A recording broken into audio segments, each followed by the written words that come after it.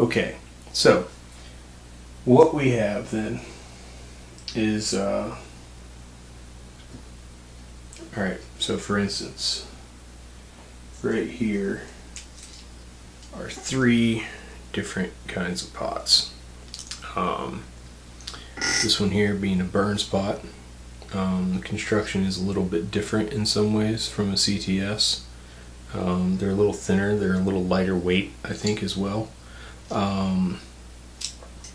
Works just fine. This particular pot is a 250K, and it has a 3/8 bushing. Now, one of the things that we were talking about, we were going to talk about bushing sizes.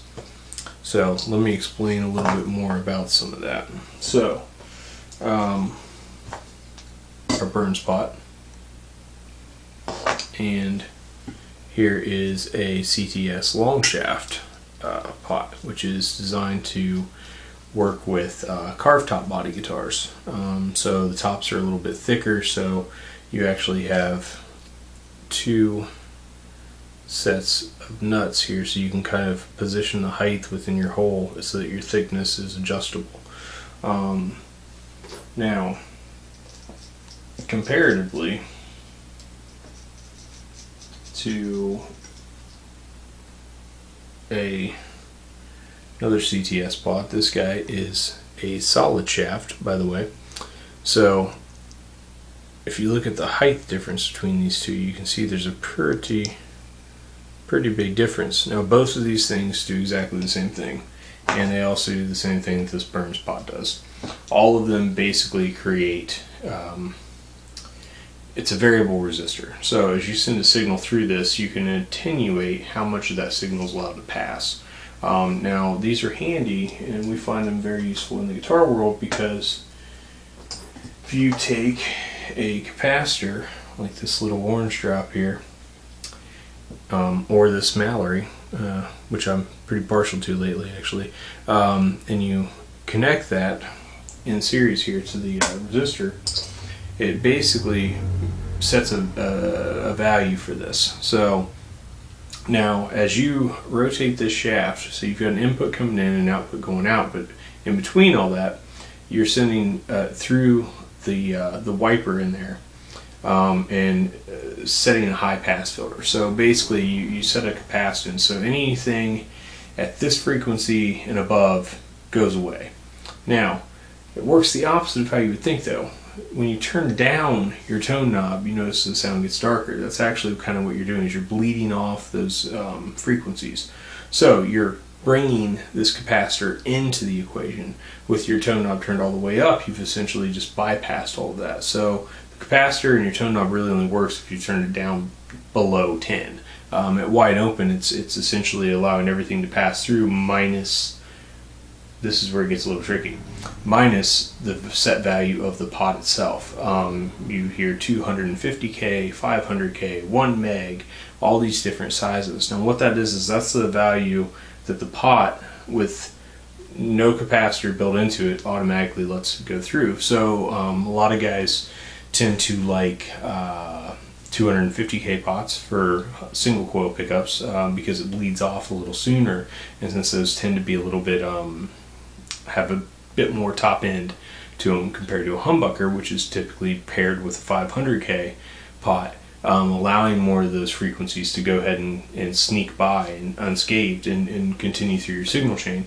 So it can kind of, so that said, if you've got a single coil, you're looking to get a little more, you know, shrillness, ice pickiness, or just if you're looking to get a little more top end, you might want to consider going with a potentiometer with a higher rating to allow more of those high frequencies to naturally bleed through.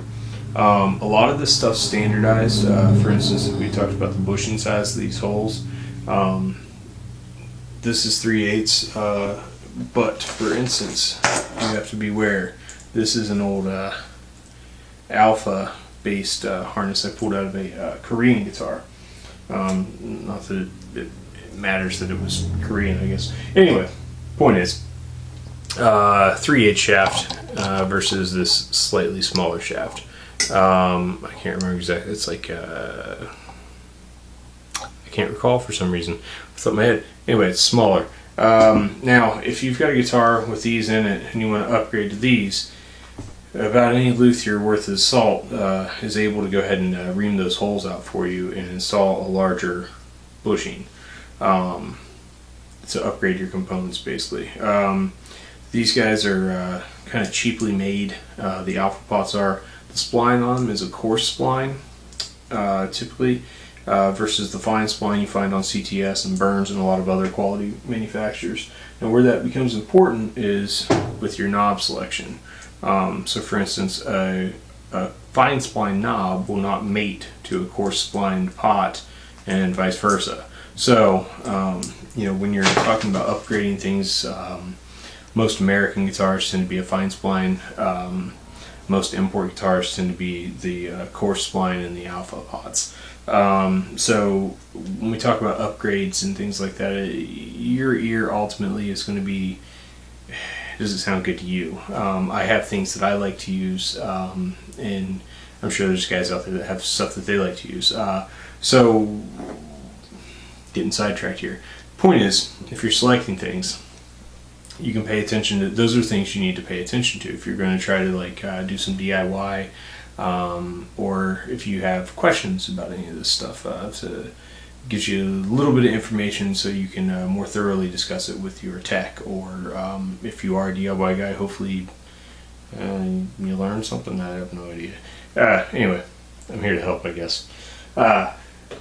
Solid shaft pots have the knobs that correspond with those have a small set screw. You can kind of see it inside there, and that little brass flicker there. And on the back side, you see that small flathead screwdriver.